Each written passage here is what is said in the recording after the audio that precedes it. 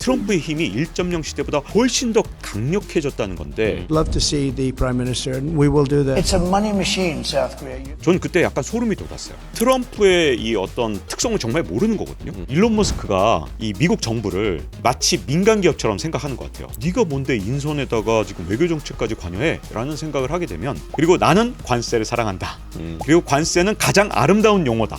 단 하나도 이런 필수 제품들을 수입하지 않겠다라는 중국이 하는 수법이 있어요. 어떻게 반격을 했느냐?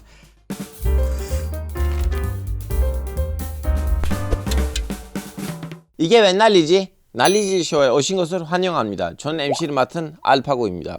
전 세계를 뒤흔들었던 미국 대통령 선거가 끝나고 트럼프 2기의 시작이 코앞으로 다가왔습니다. 이런 가운데 세계 정세는 그 어느 때보다도 뒤숭숭한 모습인데요. 오늘은 트럼프 2기가 미칠 역대급 바장에 대해서 살펴보겠습니다. 어서 오세요. 안녕하세요.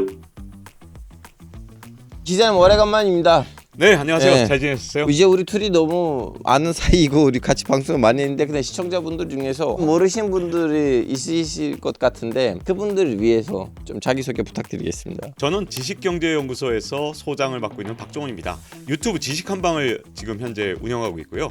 출판사 사장까지 겸하고 있죠. 와, 네, 이 책을 말씀하신 거죠? 네, 제가 저자 겸 출판사 사장입니다. 네. 네. 이 책이 나올 때는 트럼프가 당선 안 됐었잖아요. 네. 그냥 당선됐다고 치고 책을 만드신 건데 이거는 좀 약간 거인 투자 될 수도 있었는데 첫 문장이 어떻게 시작되냐 하면 트럼프가 당선됐습니다. 2024년 대선에서 이렇게 시작을 합니다. 10월 14일에 이 프롤로그를 썼다라고 이 마지막에 또 그렇게 써놨어요. 그리고 또 제가 어떤 걸 요구했냐면 11월 5일이 이 대선 투표일인데 11월 4일에 이미 책을 미리 이렇게 인쇄를 해놓자 이렇게 주장을 했거든요. 그랬더니 출판사들이 다 깜짝 놀라는 거예요. 그래서 어쩔 수 없이 제가 출판사를 세웠습니다. 그리고 이걸 인쇄할 때도 좀 문제가 있었는데 인쇄소에서 이렇게 묻더라고요. 인쇄소 사장님이 아니 다 해리스가 된다는데 트럼프 2.0 시대를 11월 4일까지 인쇄를 한다니 혹시 인쇄 대금 혹시 해리스가 되면 안 주는 거 아니냐. 네. 미리 선금을 내놔라. 그러면 인쇄를 해주겠다. 그래서 사실 원래는 출판 관행에서 인쇄소한테는 나중에 돈을 주는 거거든요. 네. 근데 저는 선금을 내고 인쇄를 했습니다.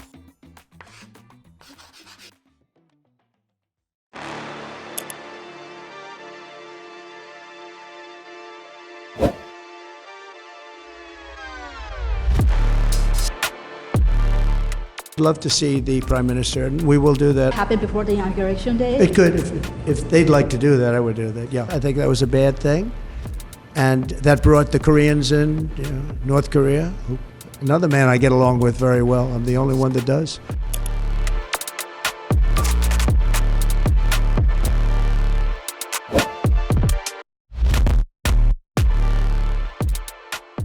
기자님 이제 아시다시피 일본 측에서는 이 트럼프의 당선을 이렇게 미리 예측해가지고 트럼프랑 미리 만나려고 했었는데 이 미리 예측이 왠지 좀 약간 외교에 도움이 되더라고요. 외신들 보면 살짝 약간 박빙이다 이런 것들 있었는데 우리나라에서 좀 언론들이 네. 약간 좀 선별을 해서 네. 기사를 쓰더라고요. 네. 사실 미국 기사들 보면 뭐 트럼프가 이긴다는 기사도 좀 있었거든요. 네. 미국은 선거인단을 얼마나 많이 확보했냐가 대선에서 승리하는데 네. 가장 중요한데 희한하게도 전국 지지율만 놓고 계속 보도를 하는 거예요. 네. 그리고 그렇게 보도한 외신들을 자꾸 우리나라에서 집중적으로 보도를 하니까 네. 한국에서 더욱더 오해가 많았거든요. 제가 하도 궁금해서 질문지를 다 하나하나 다 살펴봤어요. 네. 그랬더니 이 질문지가 너무 이상한 거예요. 트럼프에 대해서 굉장히 나쁜 질문들이 연속으로 막 들어가 있는 거예요. 전화를 끊어버릴 수밖에 없거든요.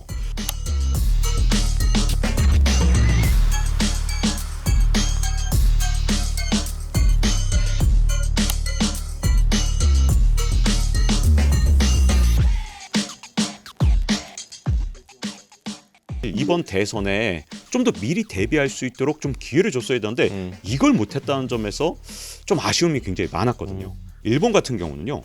이미 4월 달에 이 아소다로 자민당 부총재가 트럼프를 찾아가서 만났습니다.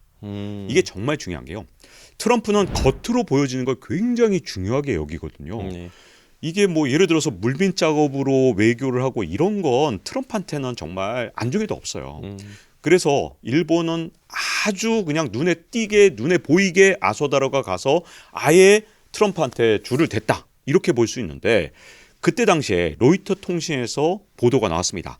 각국의 이제 뭐 국가 원수 뭐 수장들 이런 사람들이 전부 다 트럼프한테 줄대려고 정말 노력을 하고 있다. 그럼 한국도 뭐 하는지 궁금했을 거 아니에요.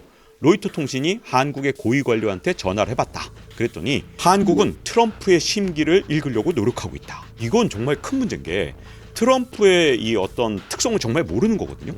트럼프는 진짜로 뭐 물밑에서 지원하는 것보다 중요한 건 트럼프 타워에서 같이 사진 찍고 이렇게 각국의 정상들이 나한테 이렇게 고개를 숙인다. 이렇게 과시하는 걸 정말 좋아하기 때문에 마음만 읽으려고 그랬다면 트럼프한테 이게 잘 섭외가 됐을 수가 없거든요. 그래서 차이가 납니다. 2016년 때 그때도 트럼프가 유세를 했죠. 일기 때. 그때는 항상 일본한테 뭐라 그랬어요. 아니 일본이 계속 우리 미국한테 엄청난 돈을 벌어간다. 일본 가만히 안 놔두겠다. 이렇게 발언을 했거든요. 근데 이번에 2024년 대선에는 일본 얘기를 거의 한 적이 없어요. 거꾸로 이번에는 한국 얘기를 합니다. 한국은 머니머신이다. 돈 버는 기계다. 얘네들한테 돈 뽑아내겠다. 이렇게 얘기를 하거든요. And if I were there now, they'd be paying us $10 billion a year. And you know what? They'd be happy to do it. It's a money machine, South Korea.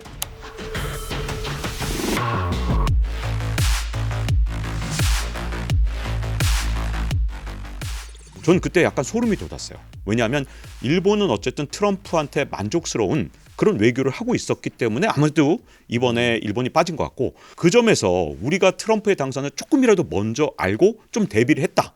그러면 우리가 트럼프의 어떤 그 날카로운 칼에서 처음에 피할 수 있었던 게 아닌가.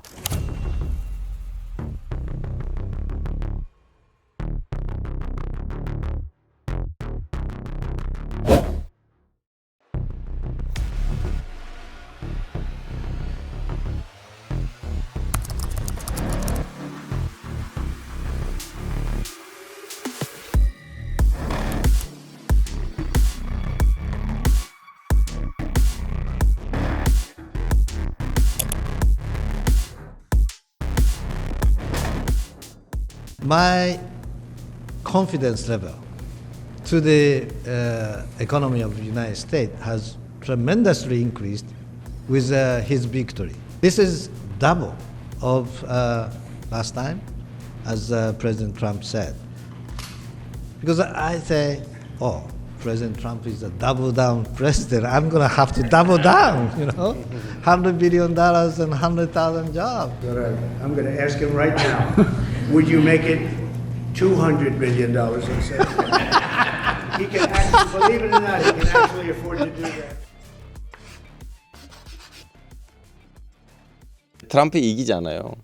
트럼프는 일기 때는 그래도 트럼프에게 이걸 하지 마라 저기 하지 마라라고 바른 말을 하는 사람들이 있었는데 트럼프 이기 때는 트럼프는 누구 말도 안 듣고 미국을 막 이렇게 지 마음대로 이렇게 움직이게 할 거 아니에요. 이 트럼프 2.0 시대가 트럼프 1.0 시대랑 완전히 다르다는 거 이거를 사실 이해하지 못하면 정말 큰일 납니다. 트럼프는 원래 그냥 큰 소리 땅땅 치고 다 협상용이야.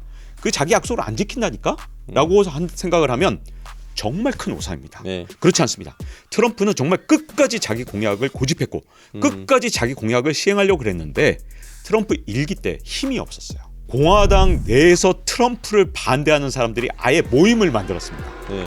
반 트럼프 세력이 아예 그 정기 모임을 갖고 어떻게든 트럼프를 막아내야 된다.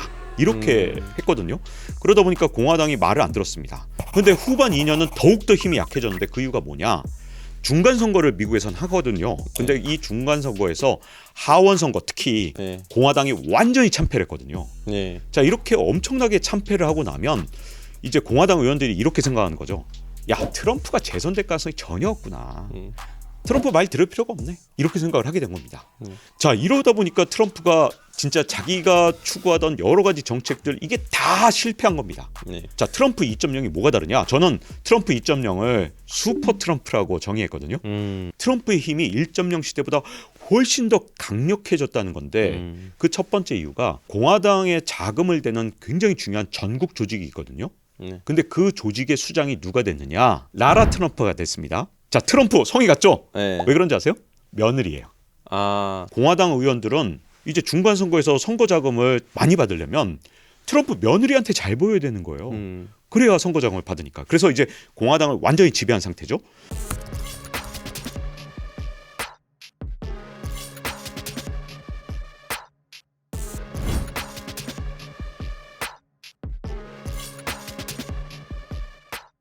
거기다가 이번에 상원과 하원 선거에서 공화당이 이겼기 때문에 이제 입법부를 장악했습니다. 그리고 여기에다가 사법부를 장악했는데 그 이유가 뭐냐? 트럼프가 임명해둔 그런 대법관들이 굉장히 많아요 지금. 그래서 과반이 넘고 공화당 성향을 갖고 있는 사람들이 굉장히 많기 때문에 지금 트럼프 편을 대법원이 들어줄 가능성이 굉장히 높습니다.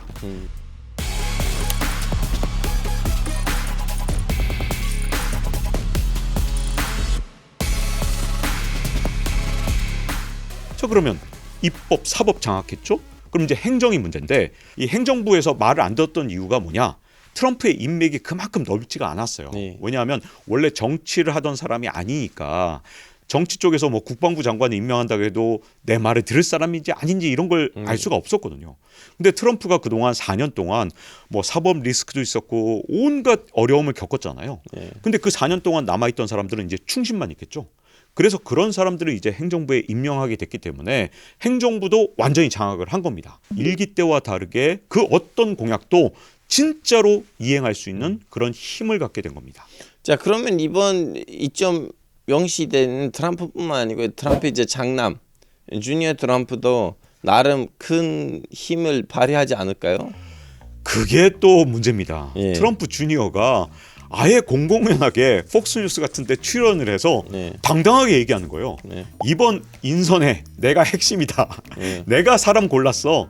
그리고 우리 아빠보다 똑똑해 보이는 놈은 내가 뺄 거야. 이렇게 말했거든요. 이거 진짜 심각하죠. 네. 각 분야의 전문가 뭐 전문성보다도 오히려 트럼프한테 충성한 사람들만 이렇게 채우게 되면 결국은 미국이란 나라에서 트럼프의 머리가 모든 걸 좌우한다는 뜻이잖아요. 아무리 트럼프가 뭐 예를 들어서 뛰어난 사람이라고 가정을 한다 하더라도 어떻게 한 사람의 머리만으로 미국이란 나라를 이끌 수 있느냐. 이게 저는 정말 걱정되거든요. 특히 제가 제일 걱정하는 건요. 트럼프 주니어가 그동안 뭘 작성해왔냐. 블랙리스트를 만들었다는 거예요. 블랙리스트가 뭐냐. 예를 들어서 우리 아빠 말 안 들을 사람들 그리고 항명을 할 사람들 이런 사람들 돼서 전부 다 이 블랙리스트를 미리 만들어놨기 때문에 이런 사람들을 이번 인선에서 빼겠다고 얘기를 했거든요.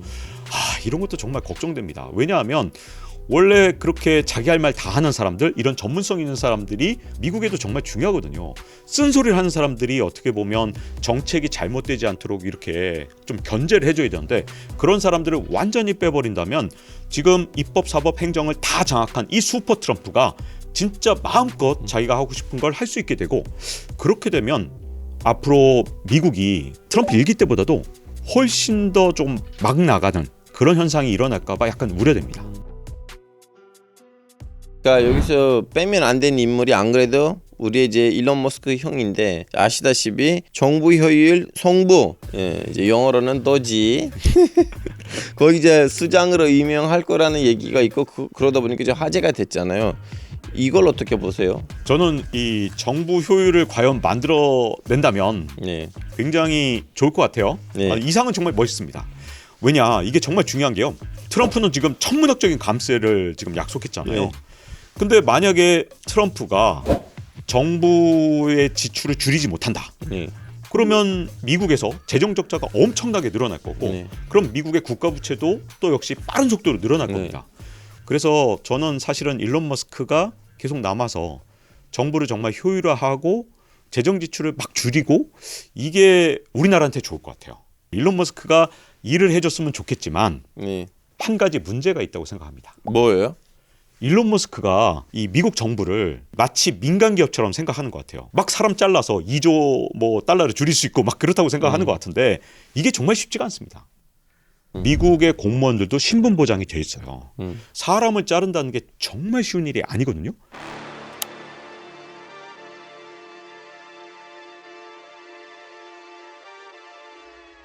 근데 일론 머스크는 얼마든지 사람을 잘라서 이렇게 효율화할 수 있다고 지금 믿고 있는데 저는 굉장히 어려울 것이다 라고 생각합니다. 왜냐하면 정부 효율부라는 게 사실상 관직이 따로 있는 게 아니에요. 진짜 뭐 장관짜리라든가 이런 게 아니라 그냥 이름만 있는 거거든요.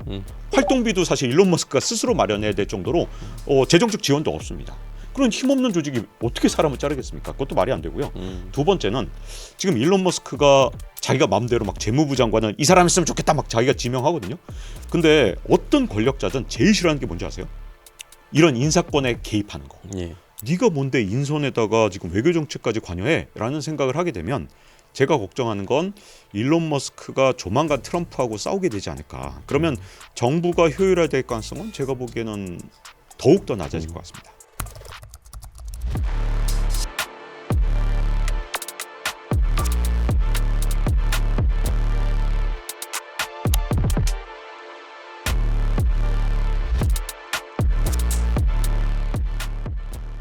And all the different hoaxes. And the new one is President Trump has ceded the presidency to Elon Musk.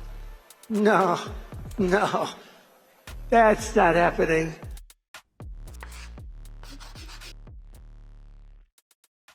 경제 얘기를 한다면 제일 먼저 떠오르는 단어는 안 그래도 관세입니다. 왜 갑자기 관세에다 그렇게 집착을 많이 해요? 이렇게 기업가 출신이 대통령이 되면 네. 관세는 낮추는 게 정상적이죠. 네. 근데 트럼프는 굉장히 다릅니다. 어느 정도냐면 자기 자신을 관세맨이라고 불렀어요. 오. 테리프맨. 그리고 나는 관세를 사랑한다.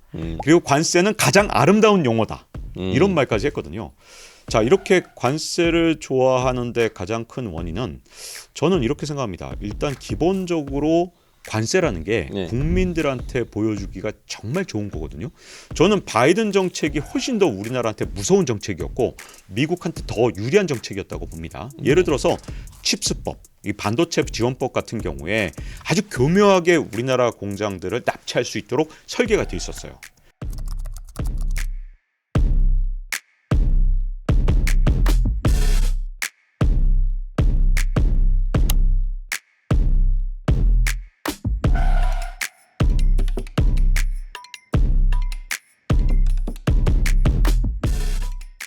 그리고 인플레이션 감축법 IRA 이것도 우리나라의 많은 배터리 회사들을 미국이 납치할 수 있도록 정말 정교하게 만들어진 그런 법안이거든요. 근데 미국인들 입장에서 이게 너무 복잡한 거예요. 이 메커니즘이 너무 복잡하기 때문에 바이든이 아무리 일을 잘했다 하더라도 미국 사람들이 알 수가 없어요. 왜냐? 이게 무슨 보조금으로 어쩌고 저쩌고 하는 순간 미국 사람들은 이게 뭔 소리야? 이게 안 들리거든요. 근데 이에 비해서 트럼프의 관세는 아주 명확하게 들립니다. 중국한테 60% 관세 부과할 거야. 멕시코한테 25% 관세 부과할 거야. 우와, 우리 트럼프 잘한다. 이렇게 트럼프는 어떻게 하면 국민들의 인기를 끌 수 있는지 명확하게 그리고 아주 정확하게 아는 겁니다. 사실상 이론적으로 볼 때는 진짜 그럴싸하거든요. 아니, 우리 국민들한테 소득세 왕창 깎아줄 거야. 우리 국민들이 왜 세금을 내는 거야? 저렇게 우리나라에서 장사하는 애들한테 세금을 걷자고 관세로 하자니까 이렇게 주장을 하는 거죠.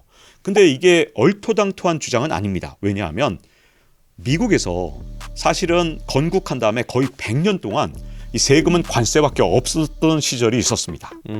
미국에서 원래 관세로 대부분 국가 재정을 운영하다가 1914년에야 처음으로 1차 대전. 네, 1차 대전 직전이죠. 네. 소득세라는 게 처음 만들어졌습니다. 버트닉 같은 경우에 미국이 가장 강력하고 아름다웠던 시절은 20세기 초다. 그때까지 미국은 소득세라는 게 없이도 얼마든지 강대국이었다. 뭐하러 소득세를 만드느냐? 관세로 세금을 다 걷어서 얼마든지 미국 정부를 운영할 수 있다. At the turn of the century, our economy was rocking. We had no income tax, and all we had was tariffs. And we had so much money. 문제는 그럼 어디선가 국가를 운영할 돈을 끌어와야 관세죠. 되잖아요. 그래서 관세를 자꾸 끌어오는 건데 미국인들 입장에서는 와, 내 소득세는 깎아주는데 대신 세금은 저 외국 애들이 내는 거구나. 이게 진짜 귀에 딱 먹히면서 트럼프는 이걸 계속 강조하고 있는 겁니다.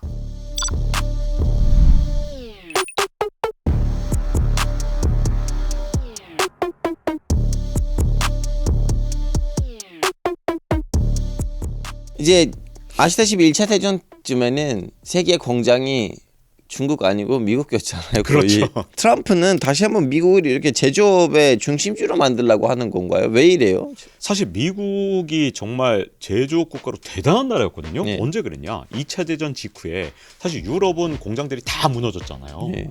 그리고 아시아는 아직 발전되기 전이기 때문에 그 당시에는 전 세계에서 생산되는 물건의 2개 중에 1개가 미국산이었습니다. 네. 그게 언제까지 그랬냐?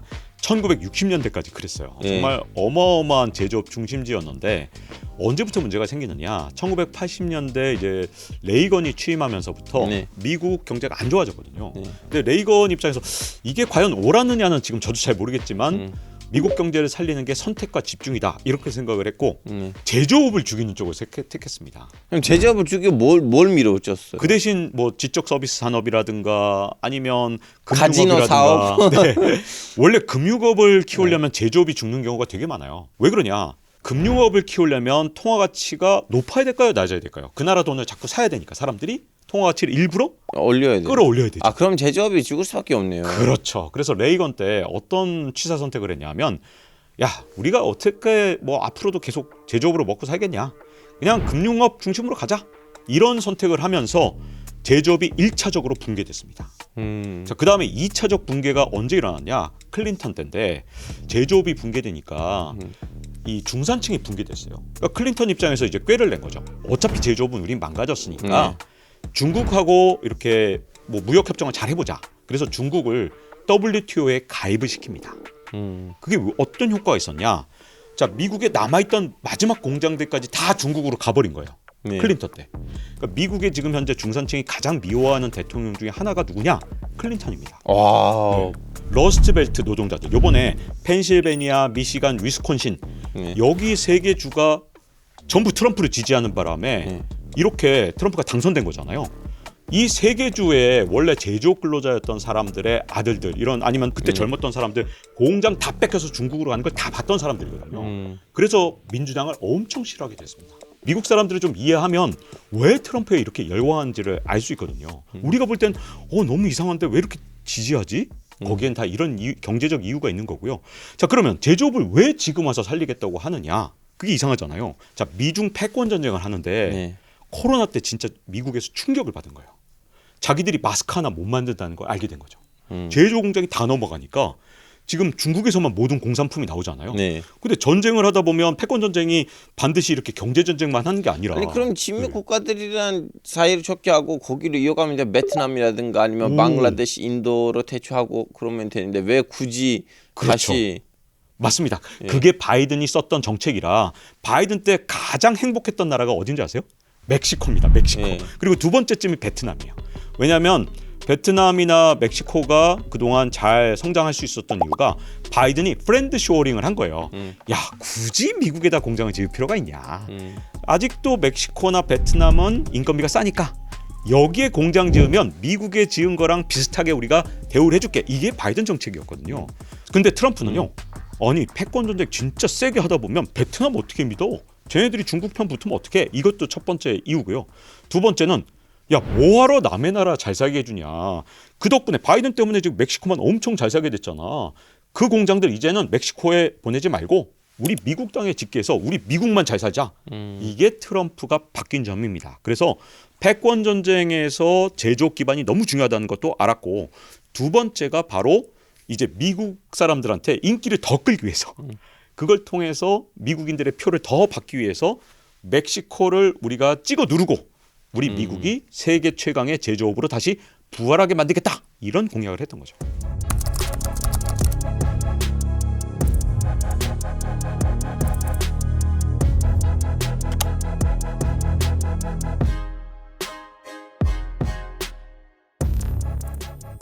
중국 이제 수입 금지인데 그 진짜 중국의 수입을 막을 수 있어요? 그 불가능할 것 같은데요?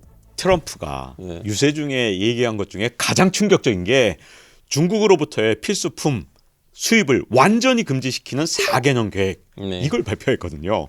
그래서 지금 당장은 관세를 매기지만 나중 가면 중국에서 단 하나도 이런 필수 제품들을 수입하지 않겠다라는 계획을 발표했습니다. 근데 트럼프가 그동안 했던 걸 생각하면 이런 계획을 진짜로 시행은 하려고 노력할 가능성이 높다고 봐요. 근데 다만 시기는 트럼프 취임과 동시에 발표할 것이냐, 이건 좀 쉽지가 않습니다. 트럼프 취임하는 1월 달에 갑자기 발표하려면 트럼프의 지금 현재 뭐 정부 관료들 캐비넷들이 다 만들어져야 되잖아요. 이 캐비넷이 다 모여서 회의도 하고 중국이 어떤 제품에 대해서 관세를 물려야 미국엔 타격을 주지 않으면서 중국은 괴롭힐 것인가, 이런 계획들을 다 세워야 되거든요. 몽땅 다 60% 이렇게는 안 될 겁니다. 일부 제품이지. 근데 이제 점점 이제 품목을 늘려가는 방식을 쓸 건데요. 그래서 지금 이제 일부 전문가들은요, 트럼프가 중국에 대해서 본격적으로 자신이 계획한 관세를 물리는 것은 2분기 이후가 될 것이다. 5월 이후다. 이렇게 보는 사람들이 많습니다. 그래서 트럼프 취임 직후에 중국에 대해서 관세를 물리지 않거나 또는 조금만 물렸다고 절대로 안심해서는 안 되거든요. 2분기, 3분기에 발표할 가능성이 굉장히 크고, 자, 그러면 저는 이제 앞으로 정말 큰 문제가 중국보다도 한국이라고 생각하는데요. 네, 저도 그 질문을 하려고 했어요. 이거 중국뿐만 아니고 한국까지도 영향이 미칠 건 뭐냐면 이제 평균 10% 20% 정도 올릴 것 같아요. 이대로 가면. 그럼 그렇죠. 한국도 그 정도로 당할 건데. 네.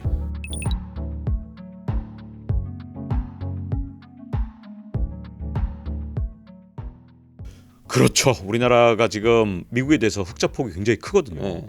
미국에서 더 이상 흑자를 못 낸다. 그럼 우리나라 진짜 큰일 납니다. 지금 현재 상황에서.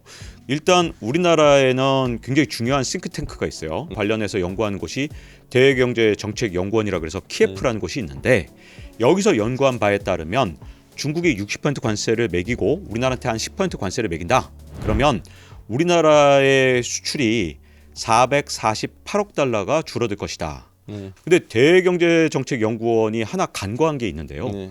저는 중국의 반격을 뺐다고 생각합니다. 중국이 만약에 60% 관세 이렇게 내게 된다면 중국이 가만히 있을까요? 어떤 식으로 반격할 것이냐, 이게 진짜 중요하거든요. 자, 중국의 반격 방안 중에 첫 번째는 미국산 제품에 대해서 관세를 물리는 겁니다. 그렇게 물린다 하더라도 사실은 뭐 미국 입장에서 그렇게 타격을 볼 거냐. 왜냐하면 미국이란 나라는 수출 자체에 대한 의존도도 굉장히 떨어지고, 그중에서 중국 비중이 막 진짜 어마어마하게 커서 중국에 수출 못하면 경제가 막 약화되고 이런 게 아니거든요. 그래서 중국이 관세로 반격하는 건 그렇게 효과적이지가 않아요.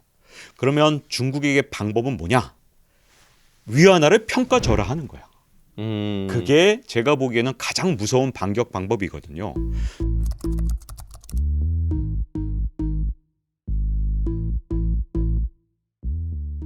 중국의 환율은요, 중국 정부가 올렸다 내렸다 마음대로 하고 있는 그런 환율이거든요. 예를 들어서 중국으로부터 수입되는 제품의 한 3분의 1 정도를 60% 관세를 물린다. 그러면 중국이 하는 수법이 있어요. 어떻게 반격을 했느냐? 옛날에 2019년에 반격을 했는데, 그때도 트럼프가 이 관세를 25% 물렸는데 전체 제품의 절반에 대해서만 25% 관세를 물렸거든요. 그랬더니 위안화를 정확하게 10% 평가절하했습니다. 그러면 절반에 대해서 25%인데 평가절하 10% 하니까 수출 경쟁력을 충분히 회복할 수 있는 거죠. 자, 이번에도 예를 들어서 전체 제품의 3분의 1에 대해서 60% 관세를 물린다. 그러면 위안화를 20%쯤 평가절하하면 되겠죠. 자, 그럼 트럼프가 막 분노할까요?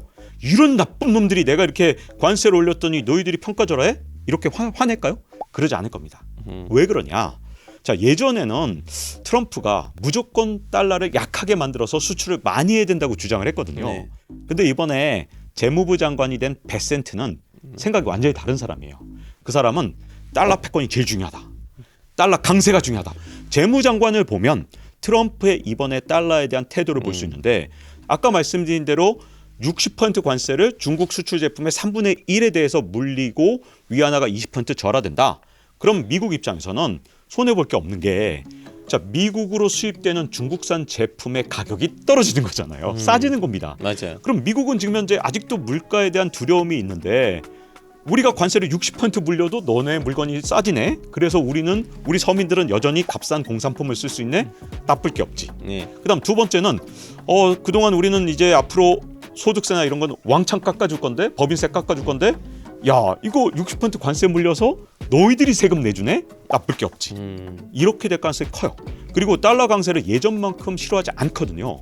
그렇기 때문에 옛날 같으면 위안화 막 평가 절하하고 그러면 뭐야 너희 왜 위안화 평가 절하하는 거야 막 그러면서 화내겠지만 이번에는 아마 제스처만 좀 하지 않을까. 왜? 미국의 물가를 떨어뜨려 주니까. 그래서 자 이게 앞으로 한국 경제에 타격을 줄 겁니다. 자 트럼프는요 이 가상화폐 엄청 싫어했어. 가상화폐는 사기다. 네. 이런 발언도 했거든요. 그러면 중국은 뭘 하고 있느냐? 1년이나 지난 다음에 깨달았죠. 아 이게 방위비 분담금은 아마도 문제를 삼을 건데 우리 대한민국한테 좋은 곳인지. 화려한 꽃다발을 만들어 주되 열매를 맺지 않는 그런 꽃을 주면 되거든요. 굉장히 잘 이용하기만 하면 가장 좋게 이용할 수 있는 대통령이 트럼프라고 볼 수 있습니다.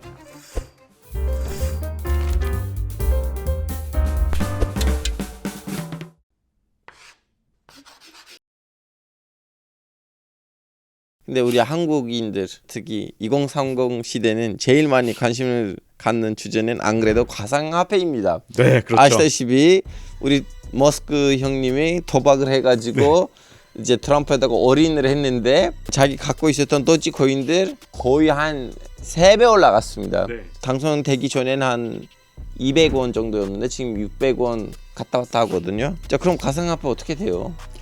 자 트럼프는요 원래 첫 번째 임기 때 이 가상화폐 엄청 싫어했어요. 예. 가상화폐는 사기다. 네. 이런 발언도 했거든요. 근데 지금은 왜 이렇게 가상화폐를 좋아하게 됐을까요? 트럼프를 자꾸 이제 우리나라에서 약간 희화시키고 뭔가 자기 개인적 이득만 취하려고 그러고 이렇게만 생각하는데 사실 트럼프도 국익을 진짜로 생각하거든요.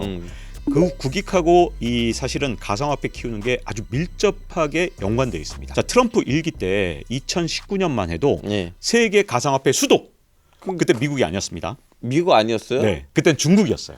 아 그래요? 네, 비트코인의 전체 거래량의 75% 정도가 중국에서 일어났거든요. 그냥 중국이 다음에 때리지 않았어요? 규제를? 그렇죠. 이게 어떻게 된 거냐? 이게 사실 이 비트코인의 역사가 아주 흥미로운데요. 예. 2011년에 이제 중국에서는요. 비트코인 시장이 중국에서 자꾸만 커지는 걸 굉장히 좋아합니다. 예. 그래서 비트코인을 중국에서 채굴을 많이 하는데 왜냐? 전기값이 엄청 싸죠. 네. 그래서 중국에서 이걸 채굴을 해서 전 세계로 파니까 그 당시에 중국 정부는 와 비트코인 진짜 좋은 산업이다. 네. 이거 외화벌이 산업이네. 달러를 벌어오네. 이렇게 생각을 했습니다. 네. 근데 이걸 완전히 바꾸는 사건이 2016년에 일어나요. 조지 소로스 아시죠? 예. 영국의 파운드화를 무릎 꿇린 남자. 예. 그리고 영국의 중앙은행을 항복하게 만든 사나이. 네. 이렇게 말하잖아요.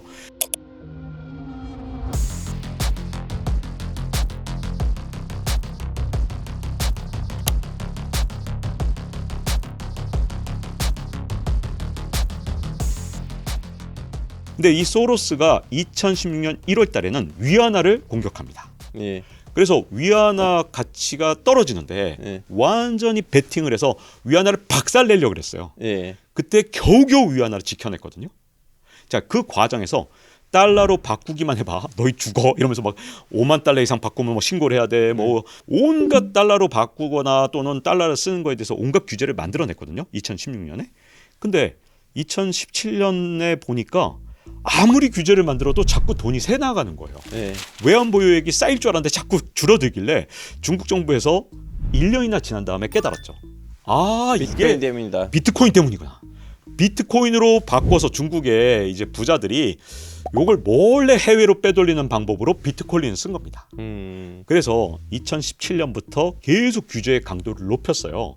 근데 아무리 규제의 강도를 높여도 계속 우회로를 찾아서 비트코인으로 거래를 하다 보니까 2019년까지도 거의 74, 75%를 거의 중국인들이 다 차지합니다. 네. 우회로를 계속 이용한 거예요. 자, 트럼프 임기는 언제 끝났죠? 2021년 1월 달에 끝났습니다. 그때까지도 가상화폐의 수도는 여전히 중국이었어요. 네. 이 가상화폐 시장이 중국에서 죽질 않으니까 네. 21년 9월 달에 앞으로 가상화폐를 뭐 발행하거나 이러면 3년 이상 10년 이하의 징역에 처한다는 황당한 이런 법안을 내놨습니다. 온갖 처벌 조항을 만들고 벌금 조항 만들고 가상화폐 갖고 있다 걸리면 몽땅 다 몰수한다 이래버리니까 아니 그러면 가상화폐로 잘못 바꿔놨다가 자산을 몽땅 몰수당하면 그냥 빈털털이 되는 거잖아요.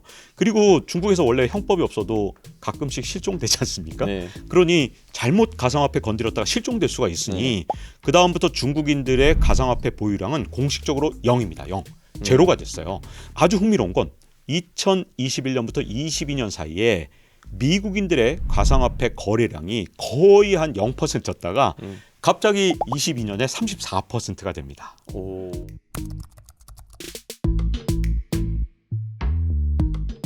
그러니 가상화폐의 중심이 점점 미국으로 넘어온 거죠. 그러면 중국은 뭘 하고 있느냐? 달러 보유량을 어떻게 좀 줄이고 이걸 바꾸고 싶은데 뭘로 바꿀까 이제 고민을 한 거예요. 한때는 달러의 패권 통화 요걸 지위를 공격해 보려고 했는데 위안화 지금 현재 달러에 비하면 상대가 안 되거든요. 그러면 중국 입장에서 야 위안화로는 달러의 패권에 도전을 할 수가 없는데 뭐 다른 방법이 없을까? 뭐가 있을까요? 금이죠. 금. 금은 이게 실물도 있고 이게 금을 해외로 빼돌릴 수가 없잖아요. 네. 미국의 패권에 좀 더 흠집을 내면서 이 중국인들이 돈을 빼돌리지 못하게 만드는 자산으로 금을 선정했습니다. 그래서 중국의 중앙은행인 인민은행이 금 보유량을 점점 늘렸고요. 그것도 아주 급속하게 늘렸습니다. 그다음에 중국인들이 달러 사는 건 계속 감시해요. 야, 너 달러 샀네? 이렇게 세무당국에서 자꾸 전화 오고 막 그럽니다. 근데 금 사는 건 중국 당국이 지금 용인해 주고 있어요. 왜? 달러에 어떻게든 흠집을 내는데 금만큼 좋은 게 없거든요. 그래서 금을 자꾸만 키우니까 자 이제 트럼프 입장에서는 저 금값이 자꾸만 오르는 게 너무 부담되죠. 왜냐? 사실은 달러가 지금은 패권 통화지만 그 직전까지 우리는 뭐가 패권 통화였냐? 사실은 파운드화였고 파운드화일 때도 사실 금이 기반이었어요.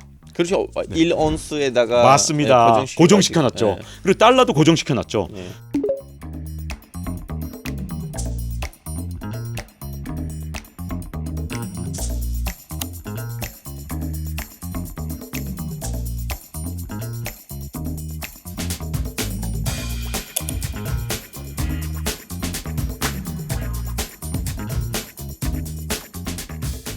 그러다가 달러에서 고정에서 벗어난 건 1970년대 이후거든요. 네.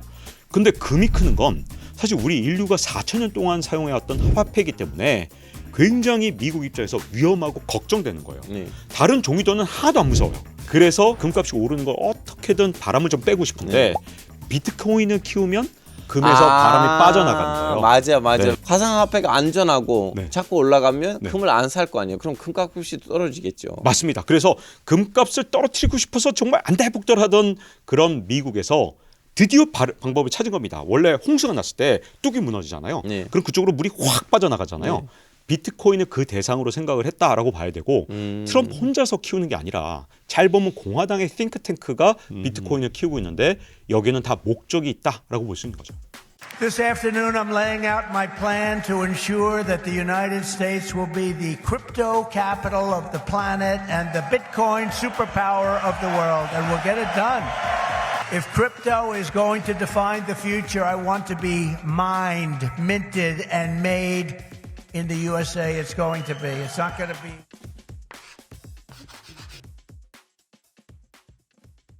최근에 나와서 이제 뉴욕 주식이 올라갔다는 기사들 많잖아요. 이건 트럼프 때문이다라는 사람들도 있는데 진짜 트럼프 때문이에요? 네, 트럼프 효과가 분명히 있는 거고요. 네. 이게 1기 때 효과를 봤기 때문에 2기 때도 영향을 미칠 것이다라고 현재 판단을 해서 트럼프 취임 전에 반응을 한 겁니다. 자, 트럼프가 내세운 정책 중에 지금 주식 투자자들이 가장 좋아하는 게 뭐냐? 법인세를 깎아준다. 이거예요. 자, 원래 법인세 감면을 트럼프 1기 때 엄청 해줬습니다. 네. 그런데 이제 트럼프 2기 때 사실 그 시한이 끝나요. 근데 트럼프가 공약을 했습니다. 법인세 감면을 그대로 유지하겠다. 오히려 더 깎아주는 방법을 찾아주겠다.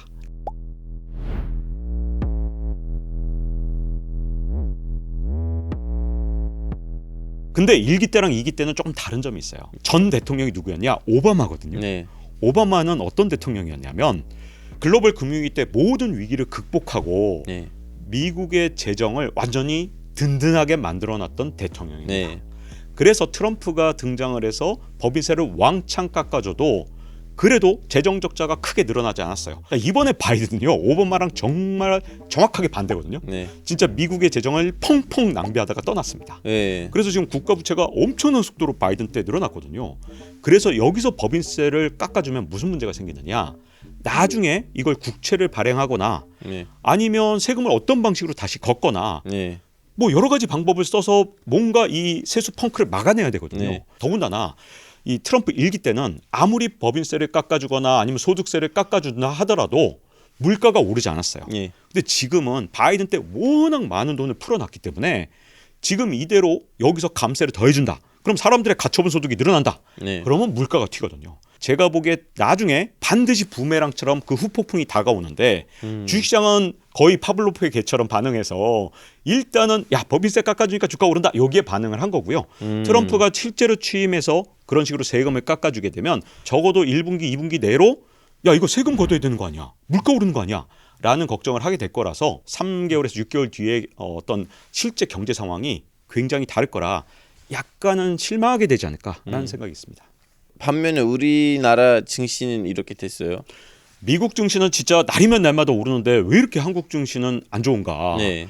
많은 분들이 궁금해하실 거예요. 더군다나 다른 나라 증시가 예를 들어서 다 안 좋고 우리나라도 안 좋고 미국만 좋은 거다 이것도 아니고 네. 지금 다른 나라에 비해서 한국 증시만 상대적으로 훨씬 나쁘잖아요. 네. 그 이유는 첫 번째로 트럼프의 발언에 사람들이 굉장히 민감하게 반응했다는 거예요. 자, 트럼프 일기 때는 일본만 계속 비난했죠. 네. 그러니까 일본이 그 당시에 안 좋았죠. 네. 근데 이번에는 트럼프가 유세할 때 일본 얘기는 거의 안 했어요. 네. 한국 얘기만 계속 했거든요. 이게 첫 번째 이유고요. 두 번째 이유는 이 바이든 정부 때 우리나라가 미국에 대한 투자를 엄청나게 했습니다. 저는 이걸 아예 용어를 만들어서 제가 만든 용어인데 바이든이 공장 납치를 했다. 이렇게 부르거든요. 우리나라가 바이든 정부 4년 동안 미국에 투자한 금액이 제가 어림잡아도 140조 원이 넘을 것 같아요. 오. 근데 이게 고용으로 보면 최저로 잡아도 10만 명 혹은 30만 명까지 고용해 줄 수 있는 그 정도거든요. 그래서 2023년에 무슨 일이 일어났냐. 미국에서 일자리를 창출한 해외 국가 중에 우리나라가 1등을 했습니다. 오. 자, 2등이 독일, 일본 같은 나라예요. 그러면 우리나라가 얼마나 그동안 미국에 많은 투자를 했는지 알 수 있잖아요. 이게 전부 다 바이든이 공장 납치에 성공을 했기 때문이고 정말 정교한 정책을 써서 우리나라 공장들을 납치해 갔는데 가장 큰 문제가 트럼프 마지막 임기 때 2020년에 대미 무역 흑자가 우리나라가 166억 달러였습니다. 오. 그래서 트럼프가 별로 신경 안 썼어요. 네. 큰 돈이 아니니까. 근데 2024년 지금 전망치가 얼마인지 아세요? 520억 달러입니다. 너무 많네요. 네, 3.5배나 늘어났죠. 네. 아니 왜 이렇게 미국에 대해서 무역 수지 흑자가 늘어났냐? 이유는 우리나라 기업들이 미국에 공장을 너무 많이 져서 그래요. 왜 그러냐면 자 우리나라 기업들이 미국에 공장을 지을 때 그 설비 투자는 아무래도 익숙하니까 한국 기업들은 한국 걸 갖다 쓰거든요. 네. 한국 기업이 한국 기업한테 수출한 건데 이게 무역 수지 흑자로 잡히는 거예요. 자 그리고 이 공장을 돌리는데 중간재가 필요하죠. 네. 자 전기차 공장이면 뭐 안에 들어가는 배터리라든가 네. 뭐 조향 장치라든가 이런 게 들어간다고 쳐요. 그럼 역시 한국의 자동차 기업은 당연히 현대차나 이런 데는 익숙한 우리 한국 거를 갖다 쓸 겁니다. 아, 그렇겠죠. 그러면 중간재 수출이 어마어마하게 늘어나죠. 네. 그래서 대미 무역 흑자가 우리가 166억 달러밖에 되지 않았다가 트럼프가 물러나기 전에는 트럼프가 물러난 그 바이든 때 4년 동안 520억 달러로 늘어났어요. 네. 근데 트럼프는 왜 늘어났는지를 따질 사람이 아니에요. 왜냐? 한국을 손봐주면 미국에서 인기가 올라가니까. 내가 임기에 있을 때 한국은 우리한테 166억 달러밖에 못 벌어가던 나라였다. 근데 저 바이든이 우리 미국을 망쳐서 520억 달러를 우리한테 벌어가는 나라가 됐다. 네. 내가 저 한국을 손봐주겠다. 이러면 얼마나 이게 정치적 선전 대상이 될까요? 그래서 저는 굉장히 걱정하는 게 선제적으로 조치를 취해야 되는데 일본 같은 경우는 지금 엔화 가치를 어떻게든 네. 끌어올리려고 금리를 먼저 올리려고 하거든요. 네. 그 이유가 뭐냐? 트럼프한테 밑보이지 않으려고 하는 거예요. 그래서 관세를 두드려 맞지 않으려면 엔화 가치를 미리 올리려고 그러고요. 네. 유럽도 지금 현재 미리 준비를 하고 있습니다. 어떻게 하고 있냐? 지금 라가르드 유럽 중앙은행 총재가 뭐라 그랬냐? 만약에 미국이 우리한테 관세로 공격을 하면 반격하지 말자. 그냥 협상을 하자. 미국에 석유를 더 사주면 되는 거 아니야? 그냥 맞자고 여기다 때리고 여기다 때리고. 그 어떤 식으로 만드냐? 관세를 두드려 맞는 것보다 미국에 무기를 더 사주자. 네. 미국에 석유, 천연가스를 더 사주겠다고 하면 트럼프가 우리한테 관세를 때리지 않을 것이다. 이런 준비를 하고 있거든요. 근데 한국에선 지금 아무 얘기도 없으니까 한국은 아무것도 안 하고 있네. 쟤는 관세 떼들어 맞겠구나. 그래서 지금 한국에 대해서 해외 투자자들이 저 나라는 지금 준비가 안 돼 있다라고 생각한 겁니다. 이제 트럼프하고 한국이 같은 문장에 들어가면 세 번째로 들어가는 단어는 아시다시피 방위비 분담금인데요. 진짜 올려줄 거예요? 우리 2030까지는 계약을 맺었는데 올리지 말라고?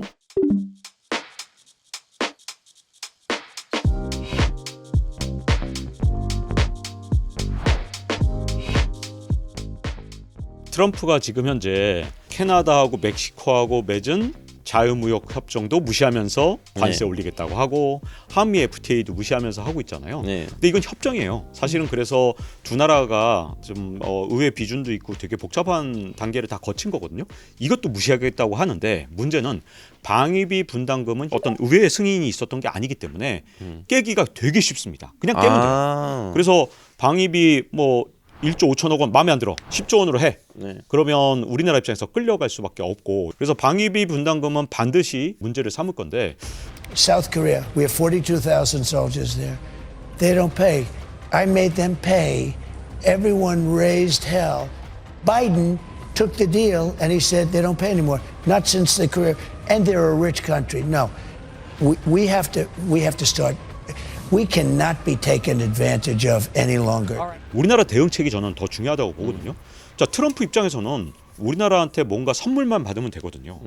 근데 어떤 선물이냐? 트럼프가 원하는 건 뭐냐면 굉장히 화려한 꽃다발을 좋아해요.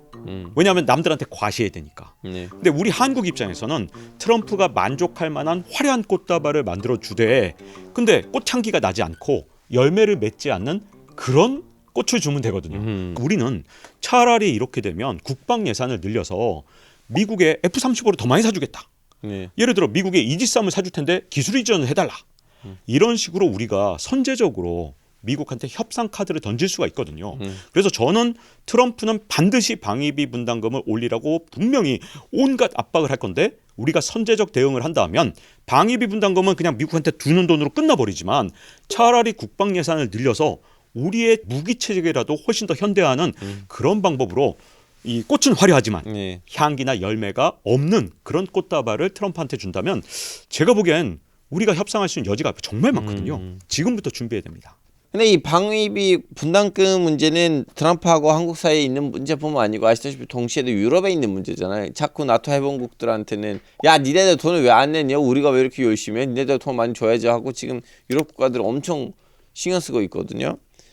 거기서 어떤 일들이 벌어질 것 같아요? 사실 트럼프 일기 때 예. 유럽이 정말 말을 안 들었던 건 맞아요. 그리고 네. 트럼프 입장에서 정말로 열받았을 만한 일들이 있습니다. 그 이유가 네. 뭐냐면 자 독일 같은 나라로 예를 들어보면 독일의 2016년 이 국방 예산이 1.15%밖에 되지 않았거든요. 네. 미국 입장에서는 자기들은 3.5%의 국방 예산을 쓰고 있는 거예요. 미국에서는 항상 뭐라고 독일이나 이런 유럽 국가들을 비판했냐면 야 우리는 이렇게 3.5% 그것도 GDP 대비 3.5예요. 국가 예산 대비는 8.4%입니다. 네. 어마어마한 거죠.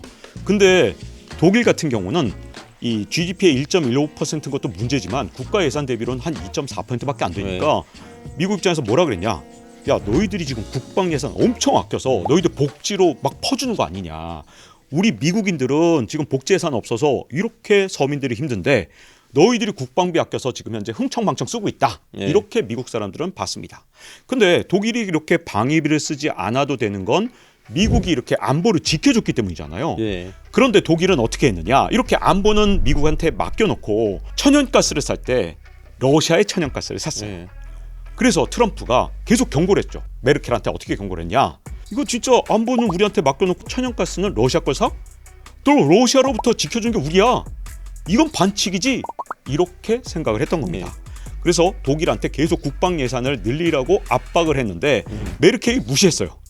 왜 그랬냐? 이것도 똑같은데 트럼프 일기 때 힘이 없었거든요. 제가 계속 말씀드리지만 트럼프가 굉장히 과격하게 나왔지만 메르켈이 무시할 수 있었던 가장 큰 이유는 중간 선거에서 트럼프가 참패를 했기 때문에 야 이거는 그러면 대통령 4년만 하고 바뀔 게 분명하니까 조금만 참자 이런 태도였던 것 같아요. 자 그런데 지금 이제 국제 정세가 완전히 바뀌었습니다. 우크라이나 전쟁 이후로 이제는 유럽 사람들이 공포에 떨거든요. 자기들 스스로 자발적으로 지금 GDP 대비 2% 이상 늘리겠다고 독일뿐만 아니라 유럽 국가들이 다 지금 자발적으로 나서는 거예요. 자 그러면 우크라이나 전쟁이 어떤 식으로 끝나는 게 트럼프한테 유리할까요? 만약에 러시아가 지고 끝나면 트럼프 입장에서 이게 유리할 게 없는 게 유럽 국가들은 방위비를 늘리지 않겠죠. 미국이 방위해줘서 우크라이나에서 승리를 했어요. 근데 어느 정도 러시아가 승리할 듯하는 상황에서 그렇죠. 어정쩡한 휴전을 왜 좋아하느냐? 자, 돈바스 지역을 어느 정도 러시아가 갖고 가면서 휴전을 하면 사실상의 러시아의 승리인 셈이죠. 그럼 유럽 국가들은 공포에 떨 겁니다. 그래서 방위비를 갑자기 예를 들어서 내년부터 증액을 한다. 그러면 자기들이 무기 만드는 시설이 없으니까 미국으로부터 수입을 많이 할 수밖에 없거든요. 이렇게 안보 위험이 극대화되면 미국산 무기를 훨씬 더 많이 사줄 거거든요.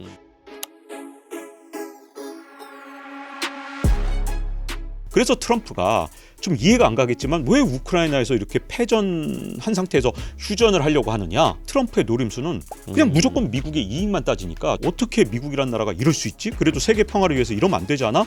트럼프는 그런 거 없거든요. 장사꾼이기 때문에 더 많은 무기를 팔 수 있으면 무조건 미국한테 유리한 거 이쪽을 택하는 겁니다. You didn't pay, you're delinquent. He said, yes, let's say that happened. No, I would not protect you. In fact, I would encourage them to do whatever the hell they want. You got to pay. You got to pay your bills.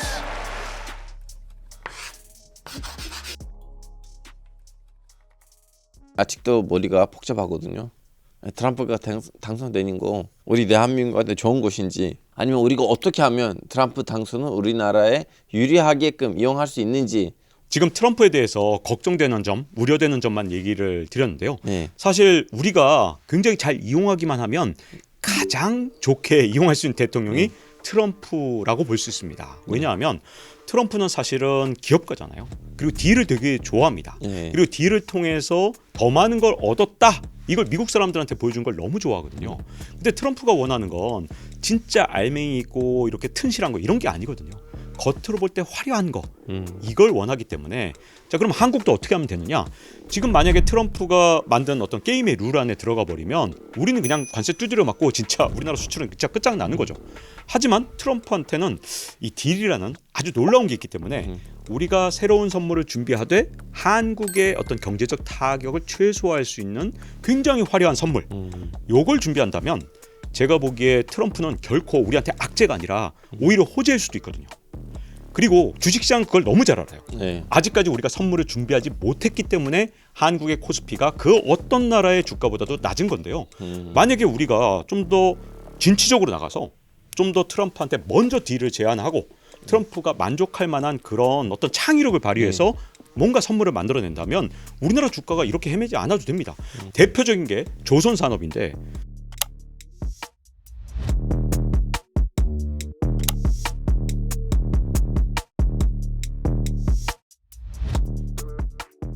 미국은 조선산업이 지금 붕괴됐거든요. 거의 없다시피 해요.